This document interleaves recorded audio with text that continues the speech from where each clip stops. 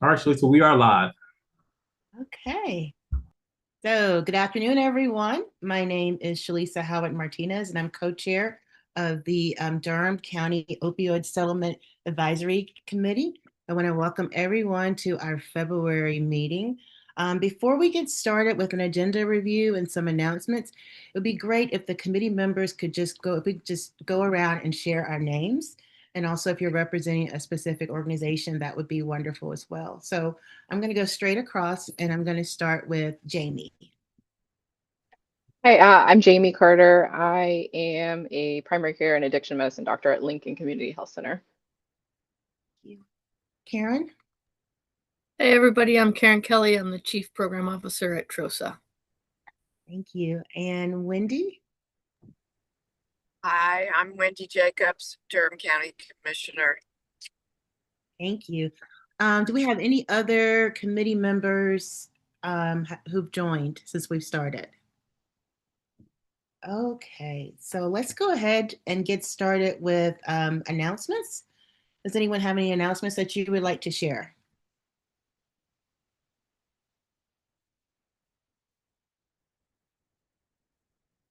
Okay. I'll throw one out because I bet we're waiting for a quorum. Yes. Just so folks know, there's an addiction medicine conference in Asheville in April 9th through 11th. So that might be something that some folks want to participate in. Thank you. Thank you, Karen. Other announcements? I think we have another committee member who's joined. Paul, if you could just introduce yourself, and if you're with an organization, also share your organization's name. Oh, yeah. Boy, you're asking me to work right away here. Hi, everybody. Paul Nagy, Duke. Duke is the organization. I can add it, I guess, somewhere Thank if you you. need me to. And I see the committee co-chair, Brittany, you joined. Welcome, Brittany. Hey y'all, sorry for the delay. My last meeting went a few minutes over. Are we sharing who we are and what our organization is? Yeah.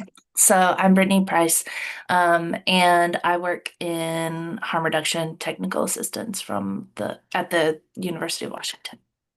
Thank you. Thank you. So Paul and Brittany, we were just going over announcements. Karen shared about addiction medicine conference in Asheville. Do you have any announcements that you would like to share? Okay. So I think we might have enough for quorum. We also have someone who's joined whose phone number ends in 0671. That's me. It's Lofton. Sorry. Oh, hi. How are you? I am well. Sorry, my phone was trying to re-download the Zoom app, so I just called in. Okay. Hey, Lofton. And Lofton, could you introduce yourself, please? Sure. This is Lofton Wilson with the North Carolina Harm Reduction Coalition, and I am calling in from the outreach van, so I will be as present as I can, but I might not be as present as I would like to be. Thank you. We appreciate you being here. Mm-hmm. Also, Dawn, if you could please introduce yourself and the organization or community that you represent. Yes, ma'am. My name is Dawn Baxton, and I am the Chief Public Defender for Durham County. Thank you. Thank you. So I think we might have enough for quorum now. So next is the review of the January meeting minutes.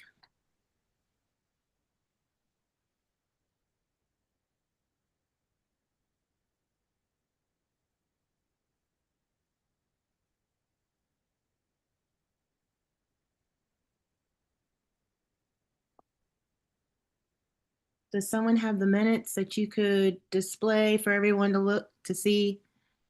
While that's happening, I see we have another committee member join, Alonza. Alonza, would you please introduce yourself and also the organization that you're representing? Hi, everybody. I'm Alonza Pamplin. I'm a member of the Opioid Settlement Advisory Committee, and I'm representative as a member of the community. Thank you. Thank you.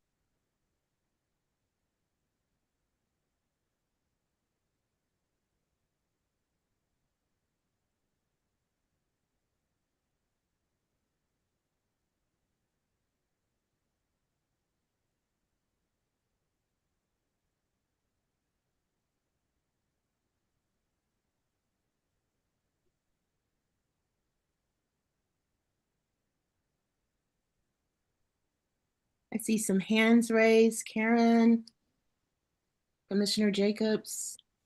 Actually, I think Wendy was ahead of me. Okay. Can you hear me? Yes. Okay. I was not at the meeting last month, but I did have a question related to the discussion around decision-making around the distribution of the opioid settlement funds. Was there any conversation about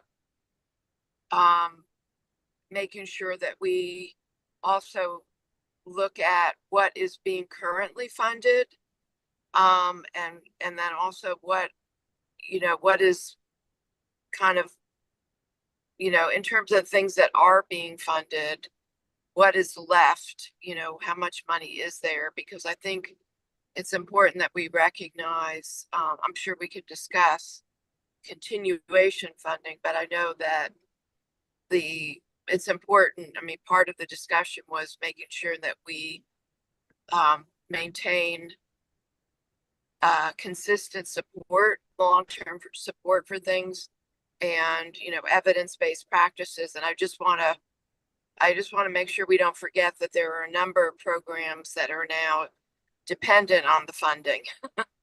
And that is part of our conversation, is to also be reviewing and looking at what is currently being funded, in addition to like what are additional things.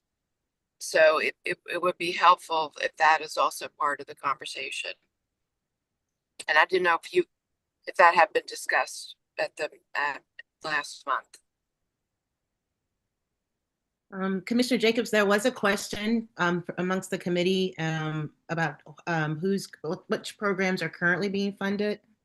And I think that may be something else that we may discuss today. Does anyone else remember more from the January meeting about the question about current grantees or current programs that are being funded? Just that we've had presentations from all the programs that are currently being funded. And my understanding and takeaway from the last meeting is that we are not part of the decision making about the dollar amount allocation of funds.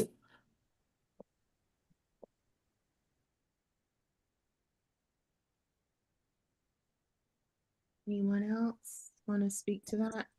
Yes, I agree with what Brittany said. We're not responsible for the dollar amount allocation, but it was my understanding impression that we could recommend or advise the programs that they should consider funding, and potentially at what levels, but the final dollar amount was up to another body. We were just to be more of an advisory body as to what they should consider funding. Okay, so based on this group, this advisory committee assessing things like what are evidence-based best practices, especially around, I looked at the vision and the mission around, especially around harm reduction and saving lives and things like that. So, okay, I understand what you're saying. Yeah. Or I specifically remember, at least for me, saying we need to look at if we can chew bubble gum and walk at the same time and focus on some other areas that needs some attention. okay. And Karen? Thanks. Yeah, I remember that conversation, and also a piece about the people who are getting funding. Are there outcome, is it the responsibility of us to evaluate whether or not those funds are being used well and advise continuation, or technical assistance for improvement? Or that's a question I have, is our role in that, if we're going to continue funding for people. Thank you. And Jason? Thank you, Shalisa. See if I can chew bubblegum and walk at the same time and put my head down. All right. So yeah, I think these are great questions, and I think you guys hit the nail on the head in terms of this body here and just full of the advisory role. So I think to answer Karen's question, I think yes, that is appropriate to begin to inform or advise around maybe programs that are maybe not hitting performance measures or maybe not doing well, or maybe they are doing very well. And I think that also plays a strong part. I will say that we have 3 people on this advisory committee that are actively evaluating current applications that are in place now.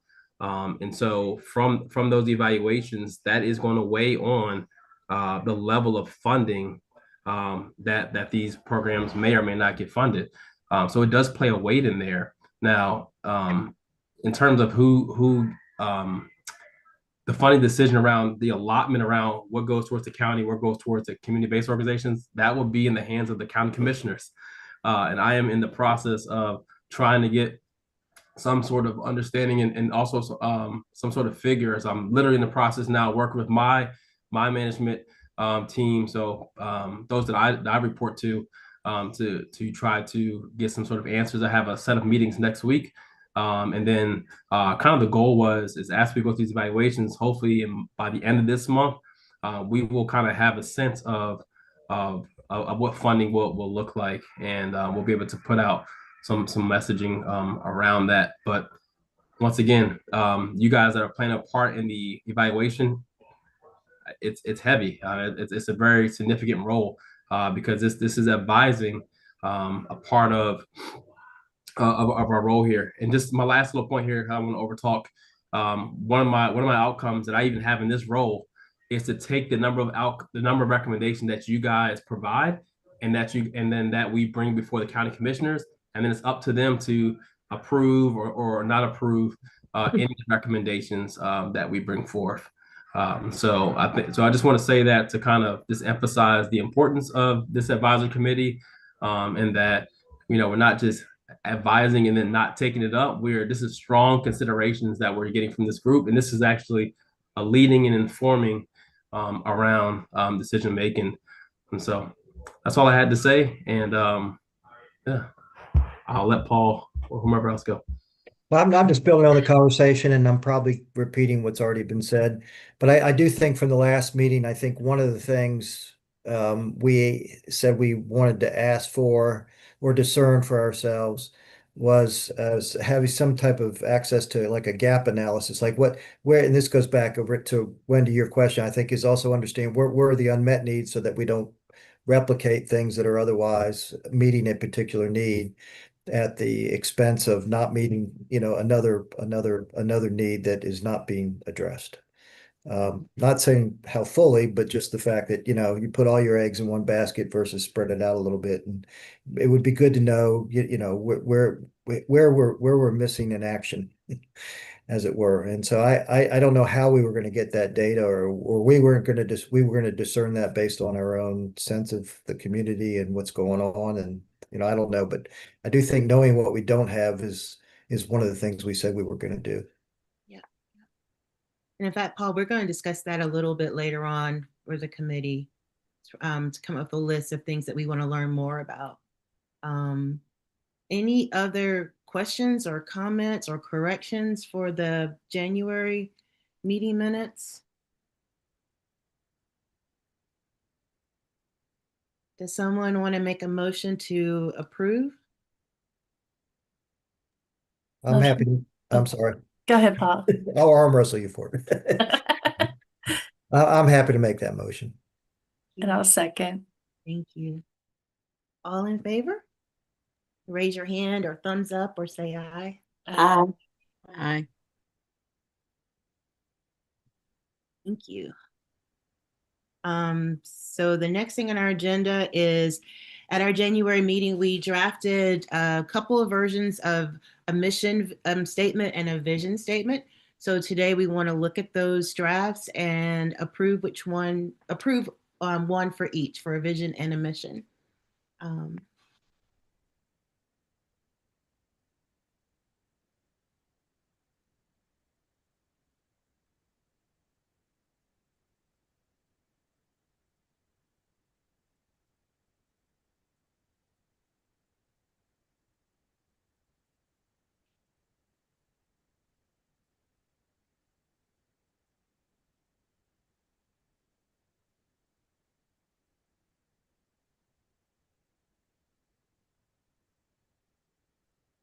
Karen, go ahead. So, full disclosure, I'm a little dyslexic, but is it true that the difference between those two is one says it'll benefit people and the other one says it benefits individuals? Is that the only difference? I think so. If we could have, is it possible for someone to show the draft statements? Let me see if I can pull them up real quick. I got you, Shalisa. I know you're facilitating. Okay. Um,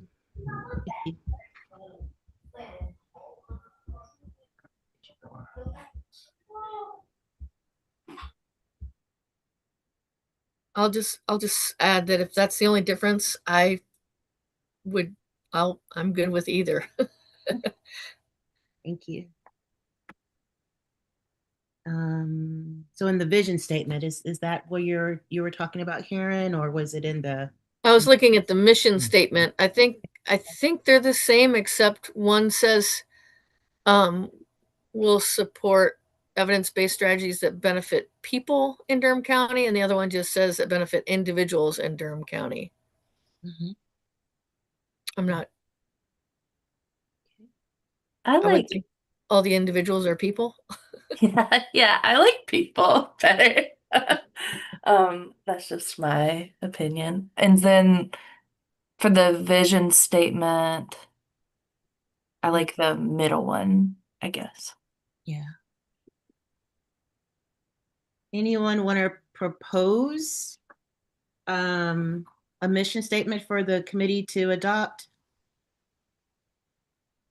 I'll propose the first one that uses people. Okay.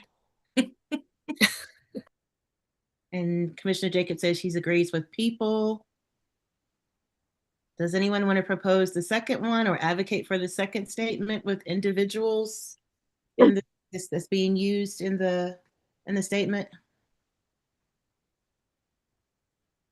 Okay, I see some people nodding their heads no or shaking their heads no.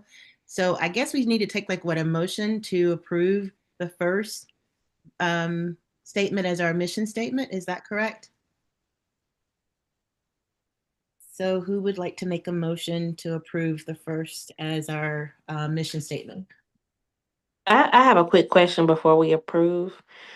Is it possible at the end of either statement that we choose where it says affected by opioid use or overdose, is it possible to put and or overdose? Because there's people that are using that have also overdosed and this language. I'm just wondering if we could use that.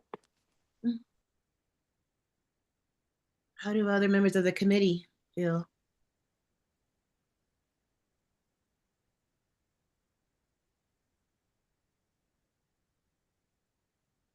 I think I hear you, Alonza. There's I guess I don't feel strongly either way. I'm inclined toward just or because I don't think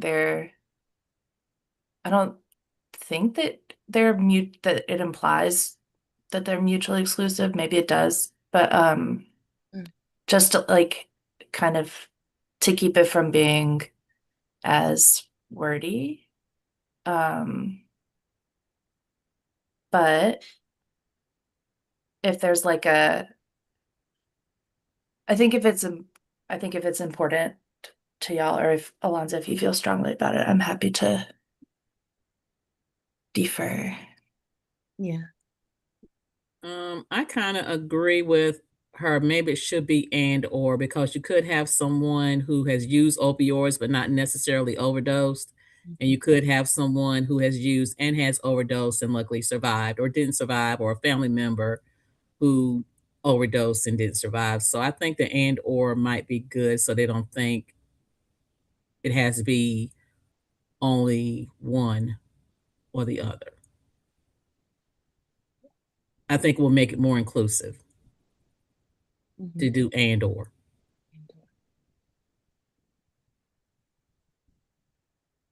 Anyone else want to speak to that or that recommendation? Yeah, I do. I guess I'm a little I worry if the second part says and or, but the first part only says or, then it gets a little confusing because I think we've got people who use opioids or affected by opioid use or overdose. If we only use one as an and or, does it make it? I don't know if that makes sense. It feels like it then makes me question, like, well, maybe the first one isn't an and, it's only an or. If the second one is an and an or. What if we say that benefit people in Durham County who use opioids, comma, have been affected by opioid use, comma, and have been affected by overdose. So like everybody on the spectrum, I think, is then included and could fall into any number of those categories. Alonza? So just again, thinking back to what she said about it being lengthy, is it possible to remove overdose? Because when I'm going back and looking at that first part where it says who use opioids or have been affected by opioid use, maybe we don't need to include overdose at all. Maybe we just need to take that off. Who use opioids or have been affected by, because when I'm thinking about it, that have been affected means that they may not be currently using, or it can include the fact that someone they loved or cared about was using. So we don't have to use overdose that or overdose at all.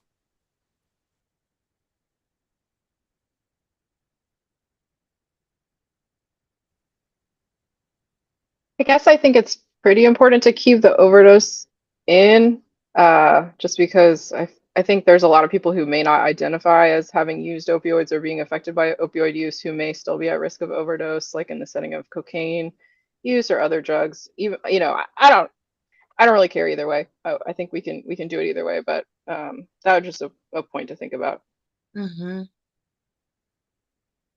Yeah, Commissioner Jacob, she says that she agrees with Alonza that covers it all.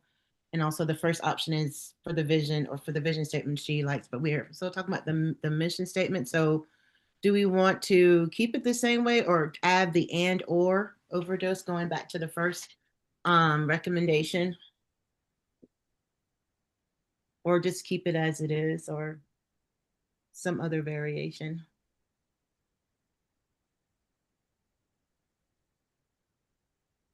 I think the most inclusive sorry, did I just cut someone off? Yeah. I think the most inclusive is the first one, but doing the commas, the people who use opioids, comma, have been affected by opioid use, comma, and or overdose. And Paul?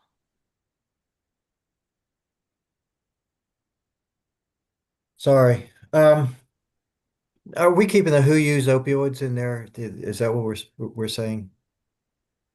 So I have a question, and I might actually defer to Dr. Carter's opinion on this. Is I guess, and I may have raised this concern before. Is that is the worry I might have about, again, wording language is somehow we're applying some, without meaning to, stigma or negative connotation on people who use opioids. In other words, there are a lot of people in Durham County who use opioids, but are not, negatively affected or impacted. They're using them as prescribed.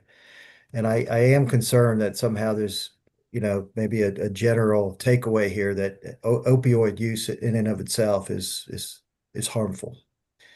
And that's why I bring that up. So would adding the commas help with because remember we also want to make sure the vision statement is something that is accessible to all community members. So would it be more inclusive to add the commas?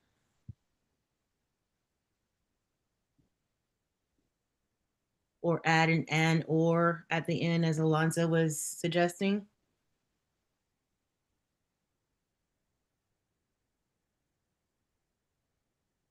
Or should we just table the mission statement and come back to it next month? Yeah. Dawn. I was actually trying to raise my hand. For whatever reason, my reactions are not giving me just the one hand situation, which is why I kept butting in, because I was trying to find it, and then it had raised hands, and that's what it got. But what I was suggesting, I think if we go with what Alonza is saying, then I think that would cover it where it doesn't appear, like Paul was saying, that we're stigmatizing people who may be doing it because they have a prescription to do it for whatever medical reason. I think the common thing is, if we're trying to avoid being extra wordy, the commas are going to make it extra wordy. Yeah. And the and or, I think, will accomplish the same thing and be less verbiage. Okay. And Commissioner Jacobs. Yeah, I was going to say, just want to share a few things. One is the Durham joins together to save lives. The way that we describe it is we say, we are fighting, working together to save, whatever. We're focusing on the wording of medication and substance misuse. So to your point, Paul, it's not about using, it's about misusing. And so the other thing I would suggest, possibly the wording, strategies that benefit people in Durham County who are harmed by opioid use or experiencing harm because again, we're trying to also have a harm reduction approach. Maybe Laughlin can help with this, but focusing on the harm. So rather than the use itself, people who are being harmed by opioid use or who have been, or so anyway, maybe we could have a small group to discuss it. The other thing I was thinking about is how it's described, Jason, in the opioid settlement language and in the MOA. If there's certain wording that's used there, we also should really be consistent with how it's described, at the state level. So that could be another thing for us to look at. And Brittany. I think I would like to push back on the idea that we need to say opioid misuse when we think about like the origins of these funds, like and how like these funds originate with like a pharmaceutical company that was pushing prescribers to prescribe like the opioid that did harm people, even who were using them as prescribed. And I think that like certainly opioid use isn't inherently harmful. And I think that like there are also people who use opioids recreationally who aren't harmed by that, or experiencing harms from that. I think that yeah, I think that like to me, use of opioids is sort of like it's like a morally neutral statement and like just is inclusive of anyone. Because like if I'm prescribed opioids or if my partner's prescribed opioids, I want him to be safe too. And I want to be safe. Like I think inclusive of folks who are prescribed, particularly acknowledging that like again these funds in particular come from pharmaceutical companies that did harm. And Karen, and then after that, I think we need to make a decision about what to do with the mission statement, but go ahead, Karen. Thanks. I just looked up the opioid settlement, and it's in the language says that the settlement was to bring desperately needed resources to communities harmed by the opioid overdose epidemic. which to me means those communities, not necessarily that each person who gets help from this money has to have been harmed. So I like the general thing, and not specifically saying that the recipients of this have to personally have been harmed. So I'm proposing perhaps a small group get together and come up with maybe a couple of revised statements based off of the discussion we've had today for the mission statement. And then we revisit it next month. Is there anyone who would like to volunteer to work together to come up with some draft mission statements? Casey, Brittany, Karen, Dawn, Wendy. Is there anyone else? Okay, thank y'all. And so next month, we'll have some choices again, and then hopefully we'll be able to decide a mission statement. The vision statement, is there a vision of a version of the vision statement that anyone wants to propose that the committee adopts?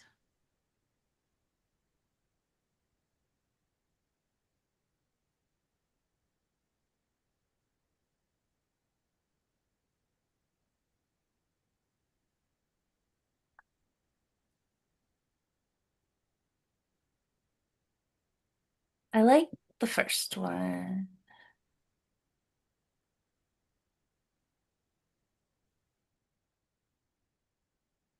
Does anyone want to advocate for the second or the third? Or have questions or even edit suggestions? Lisa, this is Wendy. I also like the wording of the first one just being that it's shorter and also just kind of starts out with a little bit more direct language. But I wonder if we should add where people have very free access to evidence-based resources for opioid user.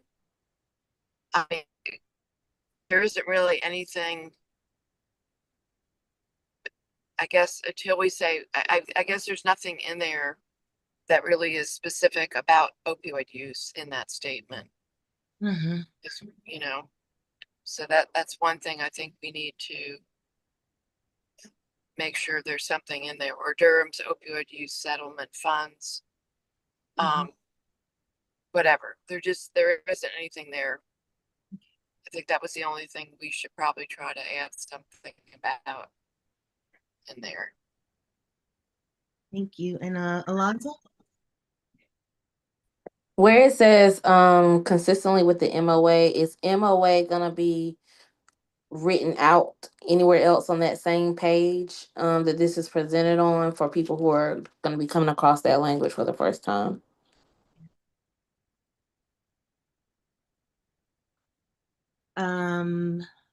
Perhaps not, especially since it's the vision statement. And it is a very technical term if you're not familiar with it, like what is an MOA, right? So it sounds like we have some edits. It sounds like, first of all, the first version of the vision statement is the one that people or some folks have said that they prefer, but we needed some edits added or some words added or things clarified. So would the same group who's working on the mission statements, would you also be willing to add and work and do some refinement for the vision statements? Okay, thank you. All right. So we'll be back, take a look at this again next month. Thank you. Shalisa, could I bring up one question to get feedback so that when we go into writing mode, we have some information from the group? Sure. Thanks. So my wondering is if the settlement funds being used consistently with the MOA, I think that's might be mission and not vision. Because that's how we do it. And I think that it may be that we can use the language that we're kind of grappling with around who's benefiting it as the vision and use our strategy more in the mission. Does that, well, I'd like to hear what other people think about it. I agree. I agree. The vision is what you want to see. The mission is how we're going to get there. So I agree with that. Other people, other committee members? I seen some thumbs up, some head nods, yes. Okay. Any other questions that the small group has for the rest of the committee? Okay, thank y'all so much for taking this on. The mission and vision statement process is usually one that most groups, we need a couple of couple of rounds before we get it right, right? So thank y'all so much for this. Next, we're going to go back to some of the discussion that we started off with, thinking about our learning priorities and the strategic process. So I'm going to turn it to Jason, who's going to get us started. The outcome we're hoping to have from this discussion is a list of maybe of different kind of things we want to learn as a committee so that we are able to be able to provide the best recommendations. So Jason.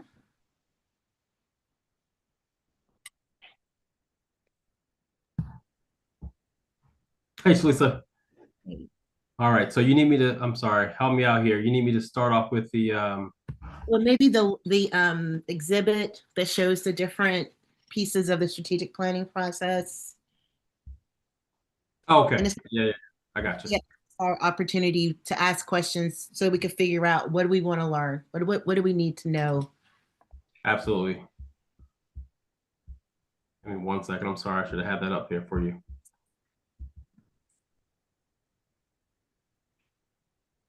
Let's see where I put that at. All right, it should be right here.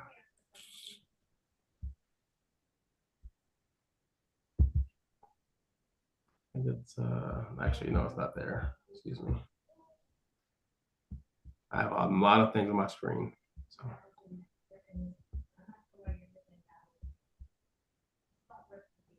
Feel free to ask any questions while I'm looking for this file here.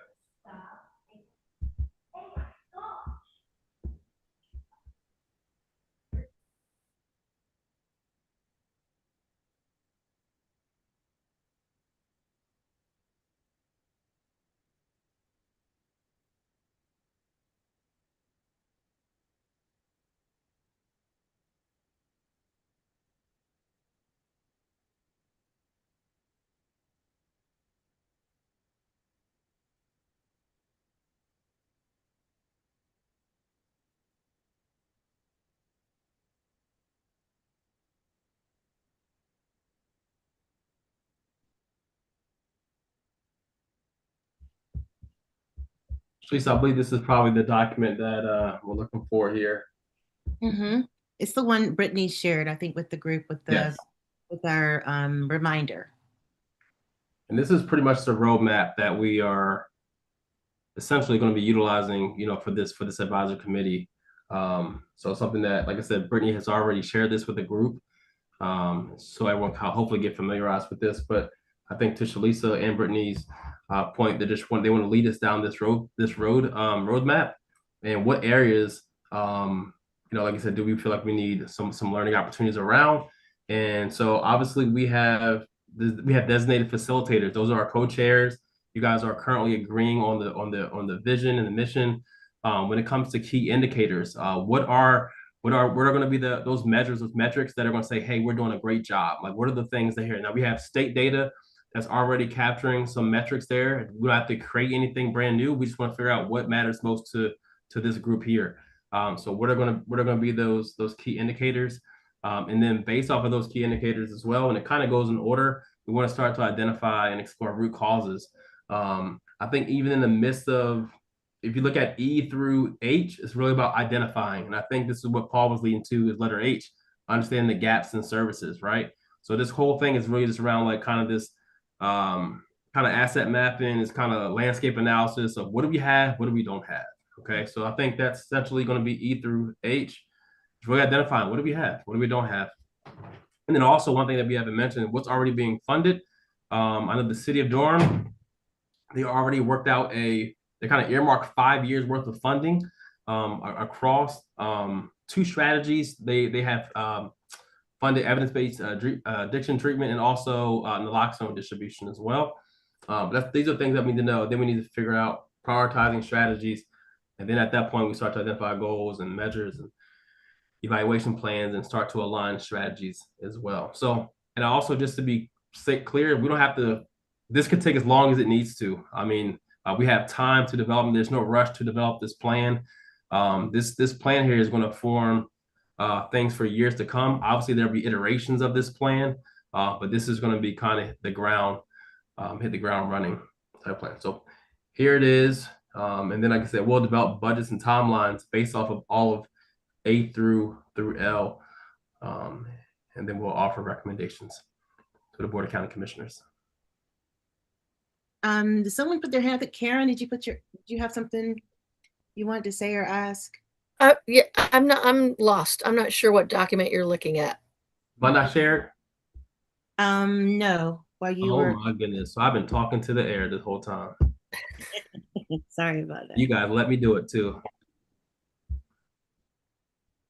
Yeah. I'm sitting here literally thinking, I'm like, you guys don't see this? No, you don't. All right, hopefully you guys see this now. Mm-hmm. All right, sorry about that. I won't rehash everything I just said because I think you heard me, but I was pointing at we currently have let me enlarge this. My apologies. We currently have which is engaging diverse stakeholders. That's the first thing that we did. Designating facilitators. We have facilitators for this group. Shalisa and Brittany are co-chairing and facilitating. We can build upon related planning. So if there's stuff that's already set up that we've been reading through from the state, that's been giving us a lot of good stuff as well. Durham Joins Together has a lot of great strategic planning assets that are already at our disposal. So I'm just saying there's some at our disposal. Maybe there's stuff that you know that we don't know. Please share that. We can build on this plan from those. Agreeing on a shared vision. We just talked about that. And then, like I just mentioned before, E through H is all about identifying. So this is our whole, what do we have, what do we don't have? H is going to be the gaps, identifying the gaps in service. From all of that, we then want to start moving into prioritizing strategies that may change based off what we're seeing in the data, right? Like we don't, this is going to be something that's evolving throughout the years. And then we will identify goals, measures, and then evaluation plan, and then considering ways how to align strategies based off of all the information that we've uncovered over these months and years. And then we want to identify, who are the right organizations to implement this. Who are the right people, who are the right pieces to make this happen. And then from there, we want to that's how we make informed budgets, and then timelines. And then we at that point we make the recommendations, and then that's when I'll carry this forward to the Board of County Commissioners and then get their approval. So this is the process. Once again, there's no rush behind this process, but this is the thing that we are developing throughout these meetings. Hopefully that helps, Lisa. And Commissioner Jacobs, go ahead.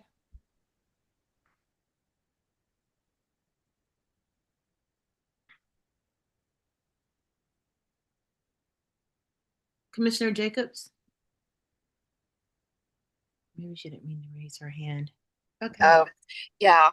I just want to say, I think that, the one good thing is for this committee is that, Durham, unlike a lot of other counties and communities, we were ahead of the game when we received the opioid settlement dollars because we had already had, Durham Joins Together to Save Lives, doing collective impact work already in the community around these issues.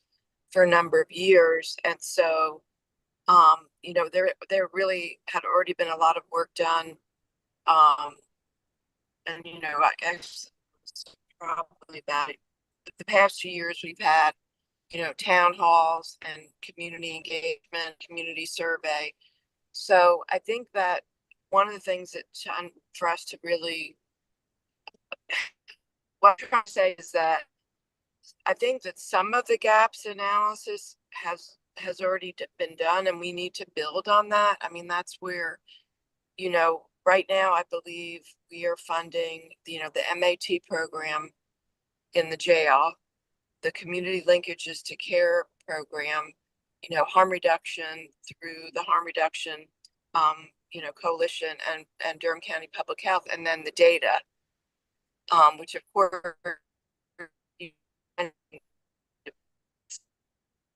and I think what would really helpful is, and I'll be interested to see who has applied for funding, is digging in to see, you know, because we have already done some work to plug the holes, and that's where all of the allocations really came from already.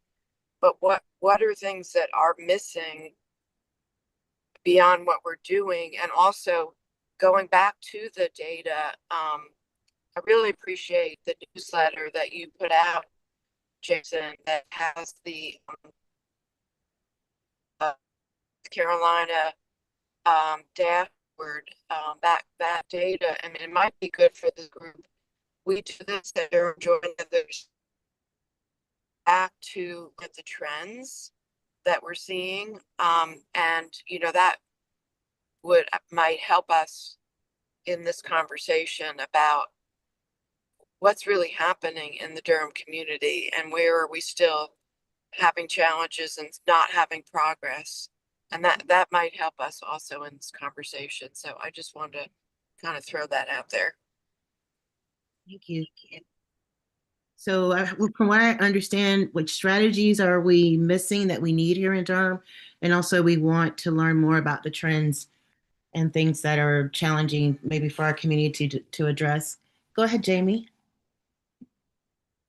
Yeah, so just to clarify, so we're going to sort of be going through these steps in detail to kind of come up with a big picture plan, and strategies and everything that we want to recommend, kind of more for like the next funding cycle, like for next year, most likely. Is that correct? Yeah. Okay, just to clarify that. And then yeah, I agree. I think what Wendy said, it sounds like, you know, Durham Joints Together has done this, you know, gap analysis to some degree. It would probably be useful to bring in whoever was involved with that to sort of present on that work to us, so we can get some of that information. And then I wonder about too, just trying to identify some key players sort of in each of the 12 kind of strategies that people can apply for under the RFP. You know, who's, you know, maybe some sort of subject matter experts, or not exactly experts, but more people who work in that area and could speak to sort of what's the existing landscape, and like where there are gaps maybe for each of those sections. So yeah, I would suggest that maybe we think about that. Thank you. Brittany? Yeah, I love both of those ideas. I think I'm wondering if, as like kind of one of the like maybe like more basic things, if something we could do would be like create a like repository for us, even like a Google Drive, where we can all put in like planning documents or like county level or state level like analyses, like gap analyses as we come across them, or like community health assessments like for Durham County. And that way we have this sort, we can start building out like reference materials for us, that we can look over, you know, when we have time between meetings. Yeah, the community health assessment is like, yeah, it's like gold star. I also think that eventually, it would be really great to be able to have like a few listening sessions around the county, like for people who either like work in in like these strategies, or like people who access like harm reduction services, or people who use opioids, or people whose family members have used opioids, or people who access MOUD, to talk about like what gap, like essentially like where they're encountering barriers to like accessing the strategies that we're talking about, because I think that could help inform how to prioritize things. Thank you. And Karen?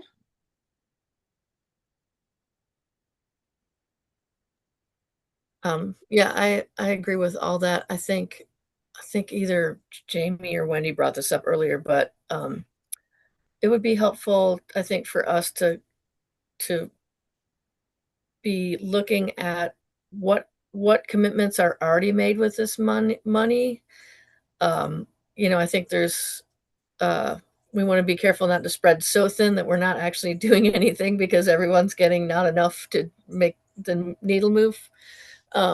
So I think it would be really useful to know who's currently getting funding and how long are those agreements for. I don't understand what the current agreements are. Is it a renewal every year?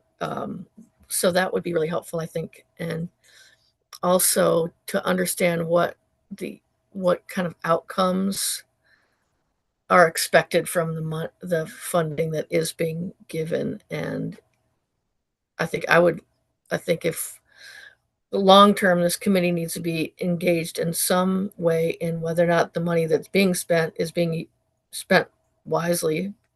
I don't, I'm not worried about that, but I do think there's a role to make sure that continues. So I think those are some questions I have about just like the current landscape, so we don't get big dreams and then kind of undercut the good work that's already happening with this funding. So Jason is saying the current agreement is 1 year for for programs that are receiving funding right now. Commissioner Jacobs said that we could have the chairs of the prevention and education and mental health and harm reduction committees from Durham joined together come and present to us on the gaps, data, and their recommendations on strategies. And we have some agreement from other committee members about that recommendation. It sounds like a lot of what we want to learn is about what's happening now, what are gaps in services from either the provider side or the community side. Are there any other like questions that folks feel like we need to ask and learn more about looking at this process? I think for future planning too, not as relevant for like this coming year, but probably relevant for the next funding cycle would be just how the landscape is going to change with Medicaid changes that are coming, and how that's going to affect. Because I think like right now, I would say like the access to free MOUD and is fairly robust. There's certainly gaps, but fairly robust, and that may change quite a bit. So I think we need to know kind of how current programs that are already funded to provide that type of work and other type of work that's funded by Medicaid are going to be affected, so we know to make sure that new gaps don't come up. Yeah. I think that's a really good point. I also wonder if, when we're talking with folks about what's already happening, if we could have a chance to just talk with someone, like a representative from the like the city advisory or opioid settlement advisory committee, or like whoever is part of that decision making for the city level opioid settlement funds, because it seems like we could have a strategic partnership with them too.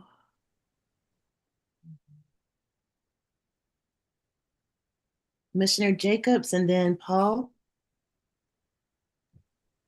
Yeah, I was just wondering, Jason, in terms of the application process that we just did, basically, I guess probably closed recently, to the question of, metrics and outcomes and things like that. I know this was the first year, but I think I'm just wondering what was already kind of embedded in the application itself in terms of what what kind of information we asked applicants to provide, demonstrating that this was like something that was evidence-based, or what percentage would be going to actually to direct services or resources versus operations. Or I don't know if we talked about that, and I know this is the first year, but I guess that would be, I don't know, and how many applications did we get? I'd be interested to know. But I think that's going to be important too, thinking about what is our criteria and rubric around those things, and then tying it back to the settlement in terms of what they can or can't be used for also. So maybe you could fill us in a little bit, Jason, on the status of all that. Yeah, absolutely. I'd be more than glad to. I put a Oh, little bit of, I see 6 no, million. yeah, no worries. Yeah. And so, and I think, well, yeah, we received close to 20 plus, 20 plus applications, and the total question amount was up to close to $6 million. And I think there's individuals here that were privy to that, to those numbers as well, for those applications. So a lot there. I think a high majority of those came from evidence-based addiction treatment. There was a lot of costs there. Also, recovery housing was also a high request line there. And I think early intervention, maybe the naloxone distribution, port, all those were kind of level around the same, request lines as well. And so I would say those are probably the top five in recovery support services as well. And so I think those were maybe like the top five lines. And really, to answer your other question too about some of the core things that we asked for in the application was, one would just to kind of identify like your project, like how do you see yourself fitting into the current landscape within Durham. There was like a county integration, once again, how you fit in. And I think there's some others that are actively evaluating these now. So they probably could speak to this as well. But I believe there was, who else is there? I think, feel free, like I said, to come off mute if you're evaluating.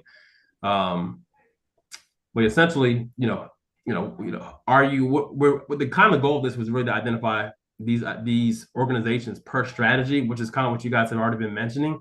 And that was kind of the strategy behind this RFP. And we've been able to kind of see that a good bit. We've been able to see who all the players are across the strategies that apply. There are some individuals that we thought were going to apply that did not. And that might have been timing as well. And so, but I think there is a lot of room for partnerships and a lot of room for collaborations. I mean, I'm thoroughly excited to see the response that we got. Obviously, we got to put a 20 or 30 pound bag of sugar in a 2-pound bag. So I'm not sure how we're going to do that. But there's a lot of responsive people here in the community that are already doing the work and just need funding. So that's where we currently are. And hopefully over the next few weeks, we'll be able to, and based off of you guys' input, we'll be able to make some good recommendations. And Paul? Yeah, as to the question about the future, I mean, I think one thing I'm curious about is to what extent have there already been successful demonstrations in other, in other regions that have received settlement monies? I mean, do we have any sense of, is there somebody's got more experience with this than we do? And, are there things that lessons learned from them as to what didn't work, what did work, maybe where to focus our energy? Because I'm just wondering, rather than us trying to be the innovators here, to what extent should we also be the replicators? Looks like Jason said Wake is doing great, and since they're our neighbor, maybe we can invite them to come talk to share lessons learned. I'm just trying to see if I've missed anything in the chat box. Okay. Yeah, but that's kind of the thing I'm wondering about. Could we get maybe some testimonials from other communities about what they've learned and where they've found resources to be well invested and maybe not so well invested.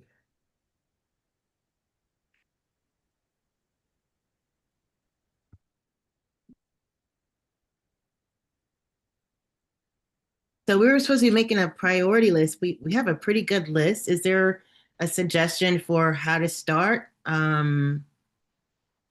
Is it inviting in Durham Joins Together? Is it inviting in Alyssa from Wake County, share lessons learned? How would y'all like to start this learning process?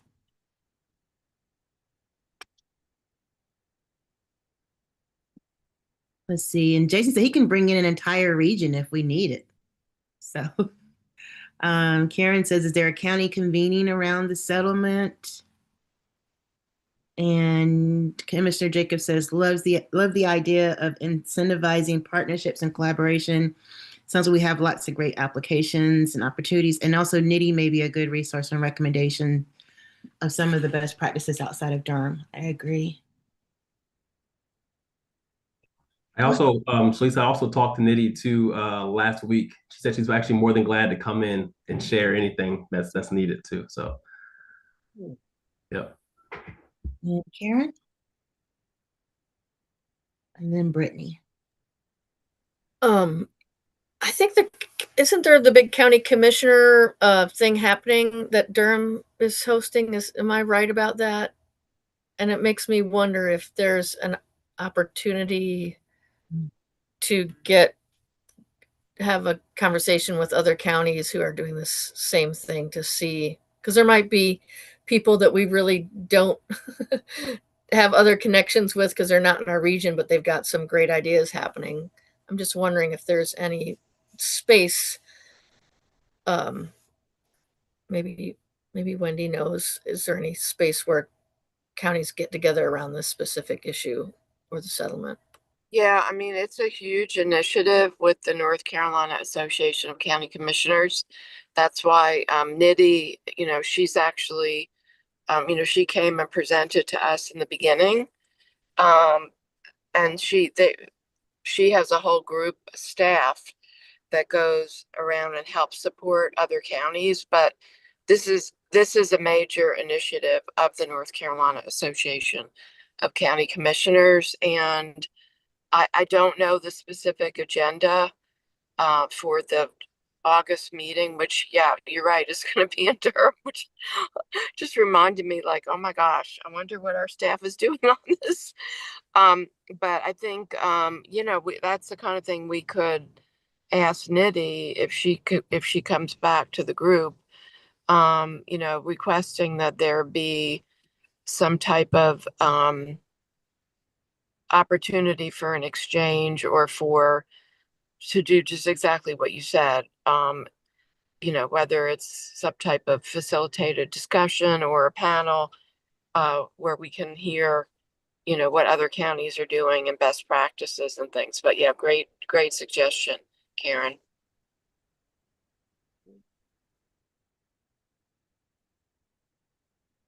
I think, Shalisa, to your question about like what we should prioritize first, I wonder if inviting Durham Joins Together or folks from Durham Joins Together to come and talk about what is happening and what gaps they've noticed.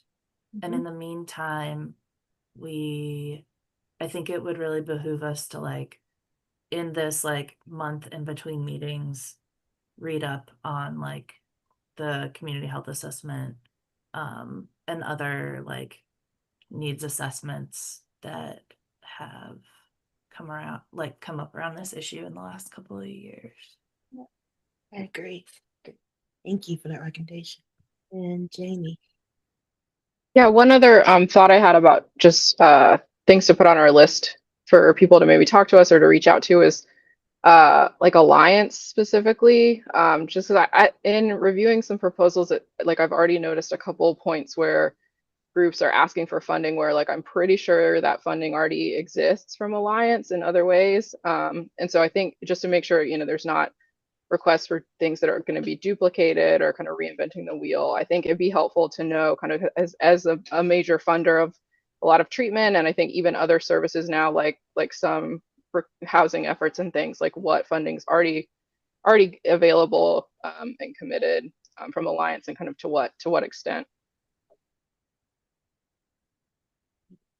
Paul? Yeah, I actually had I appreciate Dr. Carter, you bring that up because I had kind of the same question is how do we know that folks who are submitting applications are not competing with things that are otherwise available through other means? Because in other words, are we in the know on all the things that are otherwise funded or going to be funded by other sources? Because you know, do we take that into account?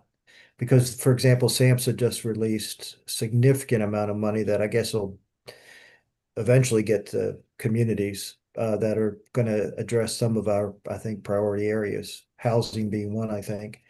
And so it would be good. Yeah, I just wonder how do we determine that? How do we discern that so we don't invest in something that then we find that there was a whole funding stream that is otherwise, you know, targeted to that particular issue, and we spent money there when we could have spent money somewhere else. I mean, how do we figure that out? Hmm. Because they're really, I mean, I was kind of surprised to see the allocation that, you know, given the fact that they, you know, cut like so much, although they changed it in a day, but that's another story. But it's a lot of money that they allocated to states to, I think, address some of our high priority concerns. And so I'm just wondering, you know, when and how do we take into account uh, those possibilities?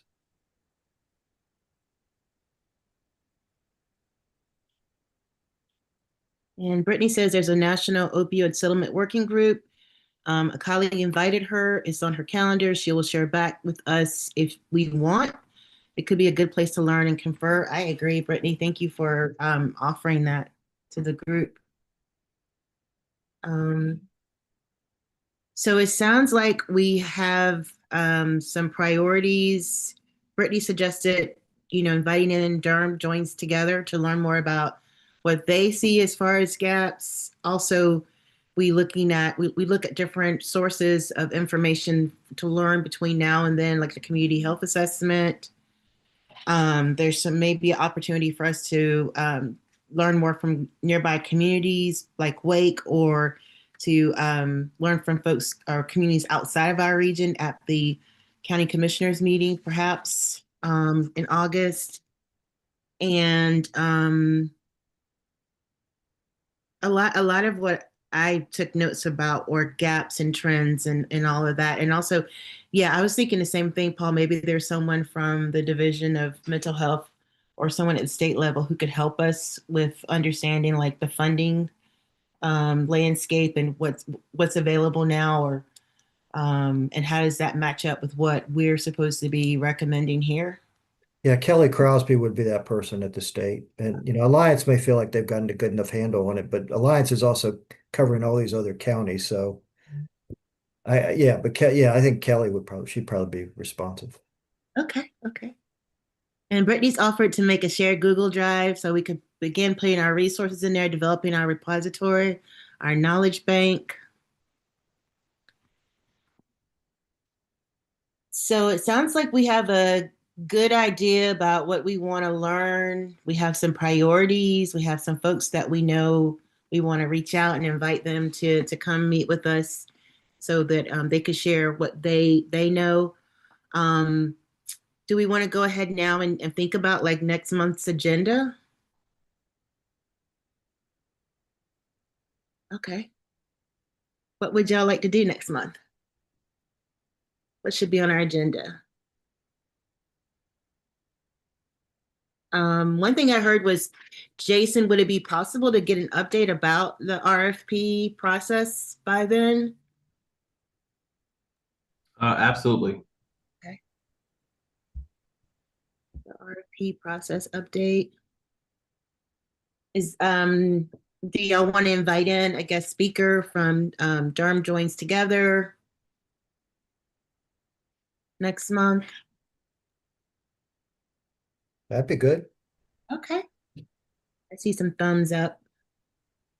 And related to that, I would specifically recommend the chairs of each of those committees. We could allot time for each of them to present. So, Okay. and Yeah. Jason, you and I can work together on that if you want. Okay. Yep. And Karen reminds us that we need to also decide on our mission and vision statements. That sounds like enough for next month, but does anyone else have another suggestion for our agenda? Our March, is it March? Yeah, our March agenda. Maybe just with the Durham Joints Together presentations, if we have like a clear set of, rather than just like a general presentation on their work, which I think would be great, but I think it might be useful if we're like, we are, asking you, for your input on these specific things, such as your gaps analysis, or I'm not sure what other specific questions we might have, but specifically, I think the gaps that they've identified, or any advice they can kind of provide on the landscape that exists. Thank you. Oh. Y'all. So I think we've gotten through all of our agenda. We have some next steps. We have some items for our March meeting. Does anyone have anything else that you would like to say or share before we close out the meeting today? Okay, can someone make a motion to adjourn? A motion to adjourn the meeting. Thank you, Alonzo. And a second? I'll second. Thank you, Paul. And so everyone in favor, say aye or raise your hand or thumbs up. Bye. Aye. Aye. Thank you. Thank y'all so much. And we'll be back together. We'll be back together in March, but also in between now and March, we have some homework to do. So thank y'all so much for being here and looking forward to seeing you again soon. All right. Bye-bye. Bye-bye. Thank you. Appreciate y'all.